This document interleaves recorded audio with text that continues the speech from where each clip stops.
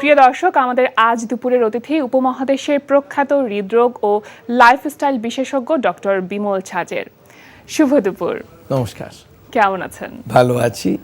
31 মেতে আমাদের একটা সেমিনার ছিল, তার জন্য এখানে বাংলাদেশে ঢাকাতে এসেছি। একদম। সাউল হার্ট সেন্টার বিডির আয়োজনে 31শে মে আপনাদের একটা সেমিনার হয়েছে এবং ডে লং একটি সেমিনার হয়েছে। খুবই ভালো লাগছে এটা জেনে যে আপনাদের সেমিনারটি সফল হয়েছে। একটু জানতে চাইবো যে মূলত হৃদরোগ নিয়েই তো আপনাদের এই সেমিনার এবং লাইফস্টাইল নিয়ে আপনারা সেমিনারটি করেছেন। সব কিছু মিলিয়ে আসলে মূল যেই বক্তব্য সেটা আপনারা কি দিতে চেয়েছেন? বেসিক্যালি আমরা বলতে চাই হার্টের অসুখটা সেলফ ক্রিয়েটেড অসুখ। আল্লাহ গড আমাদের এই হার্টের অসুখ দেয় না, এটা আমরা নিজেরা তৈরি করি অ্যান্ড ওভার দ্য ইয়ার্স তৈরি করি। ভুল খাওয়া, বেশি করে ফ্যাট খাওয়া, এক্সারসাইজ কমে যাওয়া, টেনশন, স্মোকিং করা, এই ধরনের কারণে ব্লকেজ বাড়তে থাকে আমাদের ভেতরে। আর যারা স্পিডে বাড়ায় তারা একদিন না একদিন কষ্ট পায়, বুকে ব্যথা হয়। এই ব্যাপারটা আমরা হার্টের পেশেন্টদেরকে বোঝাই কি আপনারা এইভাবে ব্লকেজটা তৈরি করেছেন, এখন ব্লকেজটাকে রুখতে হবে, দ্যাট ইজ প্রিভেনশন। আর যদি আরও ভালো করে চলেন তাহলে ব্লকেজটাকে কমাতে হবে, এটাকে বলে রিভার্সাল। তো কিভাবে বিনা সার্জারি করে, বিনা এনজিওপ্লাস্টি বা রিং পরিয়ে আপনারা হার্টের অসুখটাকে রুখে দিতে পারেন আর রিভার্স করতে পারেন, তার জন্য খাবার দাবারে কি চেঞ্জ হবে, কিভাবে এক্সারসাইজ করতে হবে, কতটা কি করতে হবে, আর সেফ হওয়ার জন্য ওষুধ কতটা নিতে হবে, এটা আমরা ওই পুরো দিনব্যাপী আমাদের 700 জন পেশেন্ট ছিল, তাদেরকে আমরা বুঝিয়েছি কিভাবে এটা হবে। আর এটা আমাদের 19তম সেমিনার। বাহ, চমৎকার। সাউল হার্ট সেন্টার যেটা নিয়ে কাজ করছে মূলত যে বিনা অপারেশনে হৃদরোগ কিভাবে সারানো যায় বা প্রিভেনশনটা কিভাবে হতে পারে সেটা নিয়ে, এবং এই জায়গাটাতে আপনারা চিকিৎসা শাস্ত্র একটা বিপ্লবের মতন সৃষ্টি করেছেন, যেখানে আর্ট এবং সায়েন্সকে এক জায়গায় করা হয়েছে। এটা কিভাবে সম্ভব হলো? দেখুন, একটা সিম্পল অ্যানালজি, হার্টের পেশেন্টের নাম্বার হু করে বেড়ে যাচ্ছে। পুরো বাংলাদেশ, ইন্ডিয়া, পুরো উপমহাদেশে সব জায়গায় হার্টের পেশেন্ট বাড়ছে। বেসিক্যালি কারণ কি, হার্টের অসুখের যে আসল কারণটা সেটা আমরা ইন্টারভিন করছি না। আমরা দেখছি লোকে ভাবছে বাইপাস সার্জারি বা রিং পরানো বা এই ধরনের সার্জারি করলে হার্টের অসুখ ঠিক হয়। অ্যাকচুয়ালি এটা ঠিক হয় না, ওটা এক টেম্পোরারি অ্যারেঞ্জমেন্ট। আপনি টিউবটার ভেতরে ব্লকেজ করে দিয়েছেন, আপনার নতুন টিউব লাগিয়ে দিল, এবার নতুন বন্ধ হবে। রিং পরিয়ে দেওয়া মানে কি ওটা ক্লিন করে দেওয়া, আবার ওটা বন্ধ হয়ে যাবে। তো আমরা এটা দেখেছি যে হার্টের অসুখের আসল ট্রিটমেন্ট সেটা হলো লাইফস্টাইল চেঞ্জ। কিভাবে তেল ছাড়া খাবার হতে পারে, কিভাবে আপনি কোলেস্ট্রলটাকে অ্যাভয়েড করতে পারেন, কিভাবে ওজন কম করবেন, ব্লাড প্রেশার কন্ট্রোল করবেন, সুগার এগুলো কিন্তু সব কন্ট্রোলেবল। তার সঙ্গে কিভাবে আমরা এক্সারসাইজ করি, এগুলো যদি পেশেন্টরা জানতে পারে তাহলে ওরা ব্লকেজটাকে বাড়াবে না। ব্লকেজের কারণগুলো, হার্টের অসুখ আর অন্য অসুখের মধ্যে একটা ফরক আছে। হার্টের অসুখে অনেকগুলো কারণ, ম্যালেরিয়ার একটা কারণ, কোনো ইনফেকশন হলো, নিউমোনিয়া হলো একটা কারণ, ওই কারণটাকে সরিয়ে দিলে অসুখ শেষ।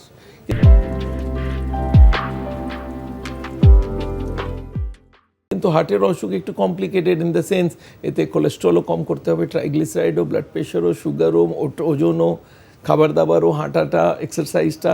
তো it's a composite process, multiple risk factor intervention আমরা বলি। তো আমরা যদি সবগুলো কারণকে একসঙ্গে কন্ট্রোল করে দিই তাহলে হার্টের অসুখ আর বাড়বে না, হার্টের অসুখ দাঁড়াবে। আর যদি খুব ভালোভাবে কন্ট্রোল করি তাহলে ব্লকেজ কম হতে থাকবে। ইন দ্যাট কেস পেশেন্টের কখনো হার্ট অ্যাটাক হবে না, কখনো ওদের অপারেশনের দরকার পড়বে না। আপনারা বলছেন বিনা তেলে রান্নার কথা বা বিনা তেলে যে রান্না সেটা খাবার কথা, এটা তো লাইফস্টাইলের একটা পার্ট। কিন্তু আমাদের কাছে খুব আশ্চর্যজনক একটা বিষয় বলে মনে হয় যে আসলেও কি বিনা তেলে রান্না সম্ভব কিনা। আর এটা আপনাকে বোঝাবার জন্য একটু ডিটেল যাই। তেল ফ্যাট এটা সবাই জানে। যদি এই ফ্যাটের ডিপোজিট দেখতে চান, রান্নাঘরে পুরো দিন রান্না হবার পরে আপনি যেখানে গ্যাসের চুলাটা রাখা আছে তার পাশের দেওয়ালে হাত লাগাবেন, চিপচিপ করবে, আর 1 মাস সাফ করবেন না, দেখবেন লেয়ার বাই লেয়ার জমে যাচ্ছে। সেম তেলের ব্লকেজটা আমাদের হার্টের টিউবের ভেতরে হয়ে যায়। এই যে ফ্যাট খাচ্ছে ওটা ওখানে ভেতরে জমতে থাকে আর ব্লকেজ তৈরি করে। আর তার সঙ্গে তেল হলো ট্রাইগ্লিসারাইড, আর কোলেস্ট্রল আরেকটা আছে, সেটা পাওয়া যায় জানোয়ারের খানা, অ্যানিমাল ফুড থেকে। এখন তেলের কথা যদি ভাবেন, তেলে আপনি আঙুল দিন আর মুখে দিয়ে দেখবেন কোনো টেস্ট নাই। না, যখন টেস্ট নাই তাহলে দিচ্ছেন কেন? একজন ভদ্রমহিলাকে আমি বললাম, এই দেখুন এই তেল আর এই আপনার সবজি, আর আপনি বানান, আমি মশলার ডাব্বাটা রেখে নিলাম, বলছে তাহলে কি করে হবে? আমি বললাম কেন, তেলে যা যা টেস্ট এগুলো ইউজ করে নিন। বলছে তেলের কোনো টেস্টই নেই। আমি বললাম এটা তো আমি জিজ্ঞাসা করছি আপনাকে, তাহলে দিচ্ছেন কেন? খুব চিন্তায় পড়ে গেল। তারপর আমাকে কি বললো কি না না ওই মশলাটাকে তেল দিয়ে ভাজতে হয়। হ্যাঁ হ্যাঁ আমি বললাম কোন মশলা? নুনটাকে, লবণটাকে, লঙ্কাটাকে? বলে না, লবণ লঙ্কা তো ভাজতে হয় না, এমনি দিয়ে যেতে পারি। এই যে হলুদ আছে, জিরে আছে, জি যেটা যে মশলাগুলো ধনে ব্যবহার পাউডার করা আছে, হচ্ছে, হ্যাঁ বা পেঁয়াজ আছে, বা টমেটো আছে, বা আদা রসুন আছে, সেগুলোকে ভাজতে হয় তেল দিয়ে। তো আমরা পানি থেকে এটাকে ভেজে দিই। জি এই পানি থেকে ভাজাটা খুবই সরল। আমরা দুধ, এই যে সেমিনারে ওদেরকে বিনা তেলের খাওয়ালাম, বলেছে টেস্ট সেম। আমি বললাম মশলা সেম আছে, কেবল ভাজার প্রসেসটা চেঞ্জ করা হয়েছে। আগে তেল দিয়ে ভাজতেন, এখন পানি দিয়ে ভাজতে হবে। আর তারপরে আমাদের সামনে বানিয়ে দেখিয়ে দিই কীভাবে বানাতে হয়। খুব সরল, আপনাকে 1 মিনিট আমি বোঝাতে পারি কিভাবে আমরা বানাই। আচ্ছা কড়াইটা গরম হয়ে গেল, তখন প্রথম আপনারা তেল দেন, আমরা তেল দিই না। আমরা বলি প্রথমে জিরেটাকে দাও, আর জিরেটাকে আস্ত জিরেকে ভাজো, তার সঙ্গে তেজপাতা বা একটু সর্ষে দিতে পারেন, এটা ভাজলাম। যখন জিরেটা যখন কড়কতে লাগলো, যখনটা ফুটতে লাগলো, ফোড়ন দিতে হ্যাঁ, লাগলো, তখন ওতে পেঁয়াজ ঢেলে দিলাম। আচ্ছা এবার পেঁয়াজ ওটা জিরেটা চিপকে গেলে পেঁয়াজ ভাজা শুরু। আর যখন পেঁয়াজ একটু শুকনো হলো, একটু পানি দিয়ে একটু ভিজিয়ে দিলেন, আর একটু আর্ধেক চামচ 1 চামচ পানি দিলেন, এবার ভাজা থাকলো, জলটা উঠলো, আবার দিলেন, আবার দিলেন, আবার দিলেন, আবার দিলেন, পেঁয়াজ ভাজা হলো। এখন পেঁয়াজের ওপরে, এখন কড়াইয়ে দুটো এরিয়া, একদিকে পেঁয়াজ, একদিকে কড়াই। আপনি কড়াইয়ে যদি মশলা দেবেন সব পুড়ে যাবে।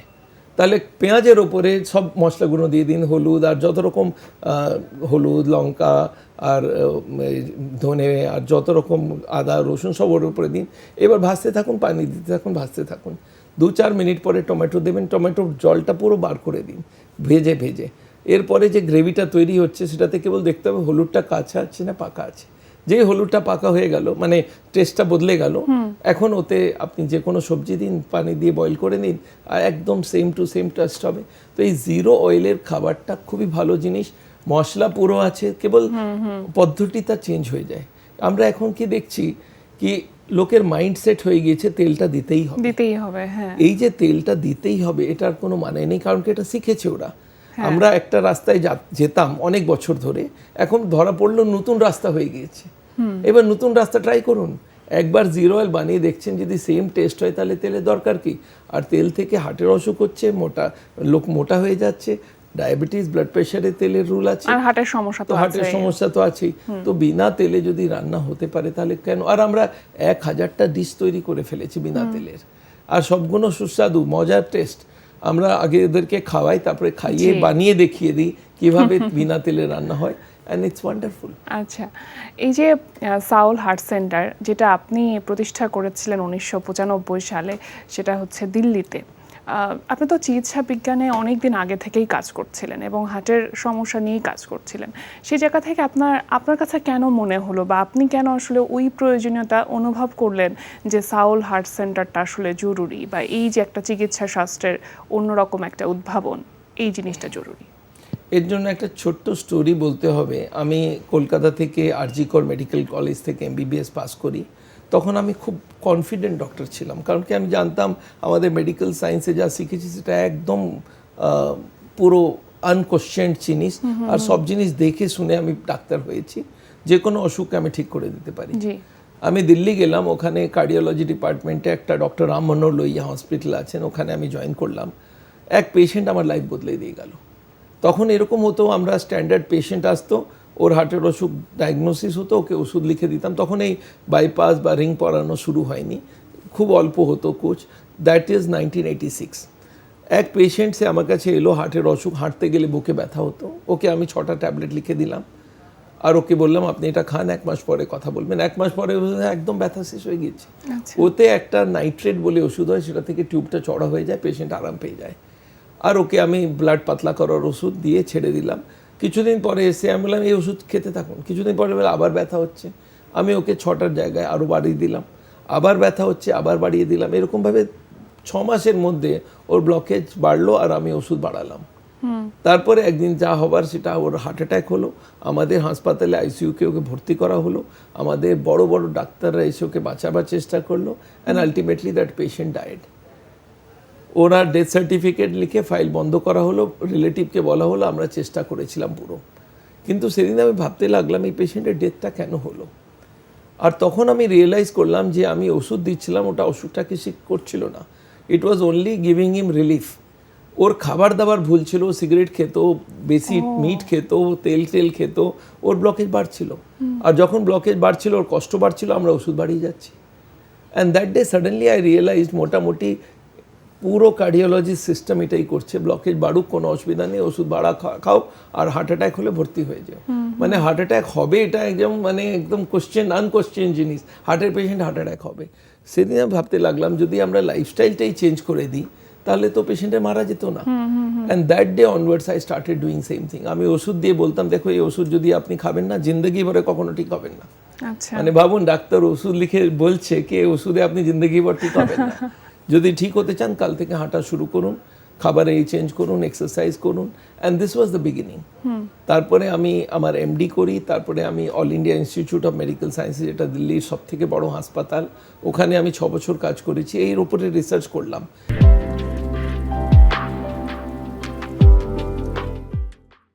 কি কি করলে হার্টের অসুখটাকে রোকা যেতে পারে। আমরা রিয়েলাইজ করলাম একটা জিনিস করলে হবে না, অনেকগুলো জিনিস করাতে হবে।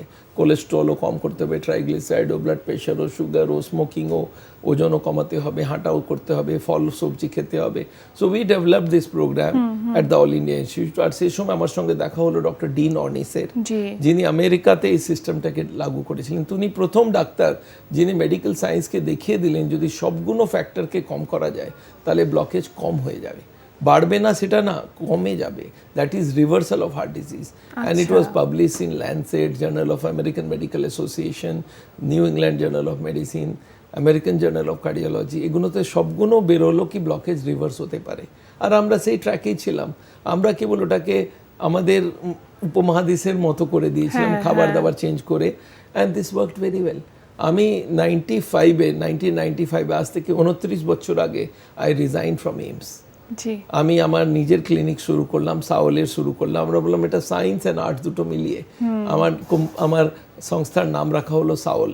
আর সেটা প্রথম ক্লিনিক আমার ছিল। আর আজকের দিনে আমরা 135 ক্লিনিক রান করি, including clinics in Bangladesh, one in Chittagong, one in Dhaka, one in Sylhet. আচ্ছা, দিল্লি এবং নেপালে তো ছিল সাউল। নেপালে কাঠমান্ডুতে আমাদের সেন্টার। আচ্ছা, আর বাংলাদেশে তো আছে। কি পার্থক্য মনে হয় যখন সিস্টেমের এগেইনস্টে গিয়ে এরকম একটি বিপ্লব আপনারা সূচনা করেছেন তখন? সব থেকে আমি দেখেছি আমাদের কার্ডিওলজিস্ট ছাড়া প্রতিটা ডাক্তার খুশি আমাদের থেকে। কার্ডিওলজিস্টদের একটা প্রবলেম আছে কি তাদের টাকা পয়সার প্রবলেম হতে পারে, ইকোনমিক গেইনটাকে লস করতে পারে। আপনি জানেন আজকের দিনে সব থেকে লিউক্রেটিভ হাসপাতাল হলো হার্টের হাসপাতাল। কেউ কি হার্টের পেশেন্ট এলেই ওরা খাবার দাবারের কথা বলে না, ওরা বলে রিং করাতে হবে, বাইপাস করতে হবে, আর দুটোই অনেক কস্টলি। একদম। তাহলে হাসপাতালের সব সিস্টেমের হলো কি হার্টের সার্জারি করো, এনজিওপ্লাস্টি করো, অ্যান্ড ইটস ইকোনমিক বেনিফিটের জন্য কার্ডিওলজিস্টরা এই সিস্টেমে আমাদের যোগ দিল না। কিন্তু অন্য ডাক্তাররা খুব খুশি, বলে না তুমি যা করছো একদম ভালো করছো, তুমি আসল কারণটা সরাচ্ছ। একটা আপনাকে ছোট্ট এক্সাম্পল দিয়ে বলি। একজন আমাকে এসে একদিন কি বললো, স্যার কার্ডিওলজিতে ট্রিমেন্ডাস প্রোগ্রেস হচ্ছে। আমরা কোথায় দেখলে ভাই প্রোগ্রেস? বলে দিল্লিতে 2টো হার্টের হাসপাতাল ছিল, এখন 25টা আছে। আমি আর কিছু দেখলে? বলে প্রতিটা হাসপাতালের বিল্ডিং লম্বা চওড়া হচ্ছে। আমি বললাম 2-4 লক্ষ 5 লক্ষ এক একজন দিলে তো বিল্ডিং হবে। আপনি ভিড় দেখেছেন? আমি দেখুন হার্টের পেশেন্ট বেড়ে যাচ্ছে। তারপরে আমি বললাম আচ্ছা একটা কথা বলুন, হার্টের পেশেন্ট বেড়ে যাচ্ছে এটা কি সাকসেসের লক্ষণ না ফেলিয়ারের লক্ষণ? ফেলিয়ারের লক্ষণ। যদি স্মল পক্সের পেশেন্ট শেষ হয়ে গেল, যদি পোলিওর পেশেন্ট শেষ হয়ে গিয়েছে, এটা সাকসেস ছিল। আর যখন হার্টের পেশেন্ট বেড়ে যাচ্ছে তা সাকসেস না। তাহলে এই দুটো ট্রিটমেন্ট করা হচ্ছে মেনলি কার্ডিওলজিস্টকে হেল্প করার জন্য, সার্জনকে হেল্প করার জন্য, হার্টের হাসপাতালকে হেল্প করার জন্য। আসল কারণটা হলো ব্লকেজ কেন তৈরি হচ্ছে, আর সেটাতে সাওল আমরা আসছি। আমরা বলছি না এটা বিপ্লব, পুরো সিস্টেমটা চেঞ্জ করে দাও, হার্টের পেশেন্ট হবেই না। যদি ফিনল্যান্ডকে এক্সাম্পল নিই, ফিনল্যান্ড বলে একজন ইউরোপিয়ান কান্ট্রি, ওরা পুরো দেশের এক একটা লোককে এডুকেট করে ওরা দেখিয়ে দিল 85% হার্ট অ্যাটাক কমে গিয়েছে। তার মানে 85% হার্টের হাসপাতালে দরকারই নেই ওদের। So now this is what can be done. যদি আমরা পুরো দেশকে এডুকেট করতে পারি হার্টের অসুখটা কিভাবে হয়, কি করা উচিত, আর সেটা সাউলের লক্ষ্য। জি, আচ্ছা, আপনি যেটা বলছিলেন যে হার্টের যে চিকিৎসা সেটা বেশ ব্যয় সাপেক্ষ। সাউল যে ট্রিটমেন্টটা দিচ্ছে সেটার ব্যয় কি জনসাধারণের ক্ষমতার মধ্যে কিনা? আমরা 4 রকম ট্রিটমেন্ট দিই। প্রথম হলো লাইফস্টাইল চেঞ্জ। তার জন্য জনসাধারণকে 2-1 হাজার টাকা খরচা করতে আমাদের সেমিনার জয়েন করতে হয়, আর তাও না হলে ইউটিউবে গিয়ে আমাদের ভিডিওগুলো দেখতে পারে। আচ্ছা। 2 নম্বর আমরা দিই ওষুধ, যেটা অ্যালোপ্যাথির ওষুধ। আপনি জানেন যদি হার্টের পেশেন্টের কোলেস্ট্রল বেশি আছে জেনেটিকলি বা ট্রাইগ্লিসাইড বেশি আছে জেনেটিকলি, তাটা ওষুধ ছাড়া ওটা কন্ট্রোল হয় না। ব্লাড প্রেশার আছে, সুগার আছে, ওটার জন্য ওষুধ দরকার। ব্লাড পাতলা করার জন্য ওষুধ দরকার। তো মেডিকেল সায়েন্স থেকে আমরা ওটা নিয়েছি। ওষুধ আমরা দিই আর লাইফস্টাইল চেঞ্জ করি। যদি পেশেন্ট খুব ভালোভাবে চলে তাহলে এটাতেই ওর প্রিভেনশন হয়ে যাবে, আর রিভার্সালও হয়, কিন্তু একটু স্লো হয়। অনেক পেশেন্ট তাড়াহুড়োতে থাকে, বলে না এক্ষুনি কিছু করতে পারেন কিনা। তো আমরা দুটো আরও ট্রিটমেন্ট করি। একটা হলো সাউল ডিটক্স থেরাপি, এটা ডিটক্সিফিকেশন প্রসেস, ওটা থেকে ব্লকেজের রিভার্সালটা ফাস্ট হয়।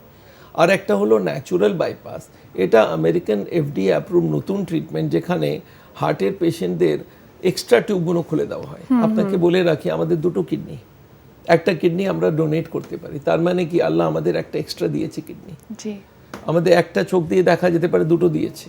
একটা কান থেকে শুনতে পারে, দুটো দিয়েছে। সেরকমভাবে আমাদের হার্টেও দুটো সেট অফ টিউব আছে। একটা বন্ধ পড়ে আছে, একটা চালু আছে, সেটা আবার ব্লকেজ হয়ে গেল। এই বন্ধটা খুলে দিলেই তো হয়। বন্ধ খোলার মানে একটু বুঝিয়ে বলি, একটা আমার ব্যাগ আছে, সেটাতে একটা এক্সট্রা চেন রাখা আছে। যদি ব্যাগকে এক্সপ্যান্ড করতে চাই, চেনটা খুলে দিলে এক্সপ্যান্ড হয়ে যাবে। জি। সেরকম হার্টে একটা এক্সট্রা সেট অফ টিউব ছেড়ে রেখেছে গড। আচ্ছা। আর সেটাকে চালু করে দিলে ক্যাপাসিটি বেড়ে যাবে। জি। স্পোর্টসম্যানকে ওর যে কোচ বলে, এই গ্রাউন্ডের না 10টা চক্কর দৌড়াতে হবে, তবে গ্রাউন্ডে নামতে দেবো। কেন? ওরা হার্টের ব্লাড সাপ্লাই বাড়াচ্ছে, ওই এক্সট্রা টিউবগুলো অটোমেটিক চালু হয়ে যায়। যদি হার্টের ডিমান্ড বাড়াবেন, ওই এক্সট্রা টিউবে বেশি ব্লাড দেবেন, ওটা নিজে নিজে স্টার্ট হয়ে যায়। এই টিউবগুলো আমাদের ওপেন ছিল। হাজার হাজার বছর আগে আমরা থাকতাম জঙ্গলে, আর যদি জানোয়ার আমাকে মারতে চায়, তাহলে বাঁচার একটাই উপায়, দৌড়াও। জি। এই দৌড়ে দৌড়ে ওই এক্সট্রা টিউবগুলো চালু ছিল। এখন আমরা দৌড়ানো বন্ধ করে দিয়েছি, ওই এক্সট্রা টিউবগুলো বন্ধ পড়ে আছে। কি সহজ সুন্দর ভাষায় আপনি কথাগুলো বলছেন। এখন যে এক্সট্রা টিউবটাকে যদি আমরা খুলে দিতে পারি, তাহলে বাইপাসের দরকার নেই। এটা হলো ন্যাচুরাল বাইপাস। আচ্ছা, হার্টের পেশেন্ট দৌড়াতে পারবে না, তো ওদেরকে শুইয়ে ওদের পায়ের মাসলস গুলোকে স্কুইজ করা হয় during the return of the blood towards the heart. আচ্ছা। হার্ট পাম্প করে, সিস্টোল ব্লাডটা গেল, আর ওই ব্লাডটা যখন ফেরত আসছে, তখন ওকে স্কুইজ করে দিয়ে ওকে এক্সট্রা ব্লাড হার্টে দিয়ে দিলাম। আর এরকম 1-1 ঘন্টা করে 40 ঘন্টা ট্রিটমেন্ট হলে হার্টে পুরো এক সেট এক্সট্রা টিউব চালু হয়ে যায়। এটাকে বলা হয় ন্যাচুরাল বাইপাস। বডি কাটতে হলো না। আমরা দেখলাম সাউলের সঙ্গে সিঙ্ক, আমেরিকান গভর্নমেন্ট অ্যাপ্রুভ করেছে। ওয়ার্ল্ডের সব থেকে স্ট্রিনজেন্ট অ্যাপ্রুভাল হলো আমেরিকান গভর্নমেন্টের। কোনো রকমের কোনো গোলমাল ওরা সহ্য করতে পারে না। ওখান থেকে ট্রিটমেন্ট অ্যাপ্রুভাল হয়েছে। আমাদের এখানে ওই মেশিনও লাগানো আছে।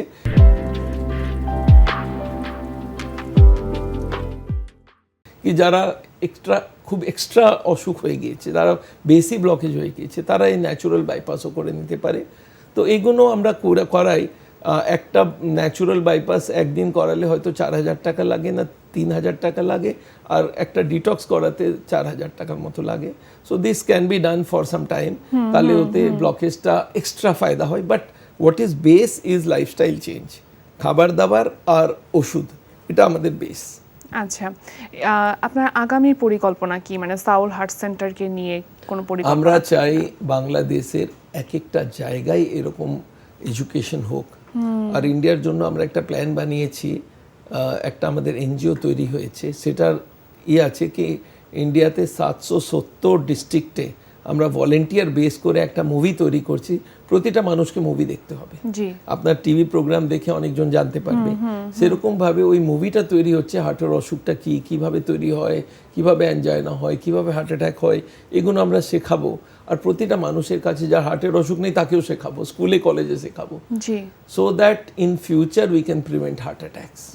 মানে বিনোদনের মাধ্যমে মেসেজটা দেওয়ার মেসেজ। আর এটার জন্য টাকা পয়সার কিছু দরকার নেই, বিকজ দ্য মুভি দেখার জন্য পয়সা দেওয়ার আজকের দিনে কোনো দরকার হয় না। ভীষণ ভালো লাগছিল আপনার সাথে কথা বলতে, অনেক কিছু জানা হলো। আপনার জন্য অনেক অনেক শুভকামনা রইল। আর আজকে আমাদের আয়োজনে আসবার জন্য বেশ অল্প সময় নিয়ে এসেছেন, তারপরও তার মধ্যে যে সময় করে আমাদের আয়োজনের সময় দিয়েছেন, সেজন্য আপনাকে অসংখ্য ধন্যবাদ। Thank you so much. প্রিয় দর্শক, আমরা চলে এসেছি অনুষ্ঠানের শেষ প্রান্তে। অনুষ্ঠান সম্পর্কে আপনার মতামত জানাতে মেইল করুন আজ দুপুরে @ntvbd.com এ। বিশ্বের যে কোনো প্রান্ত থেকে যে কোনো সময় আজ দুপুরে দেখতে ভিজিট করুন আমাদের পূর্ণাঙ্গ ওয়েব পোর্টাল www.ntvbd.com। এছাড়া এনটিভির সব জনপ্রিয় অনুষ্ঠান ও খবরের আপডেট পেতে ভিজিট করুন আমাদের ইউটিউব চ্যানেল ও ভেরিফাইড ফেসবুক পেজে। সবার মঙ্গল কামনা আজকের মতো এখানেই শেষ করছি। শুভ দুপুর।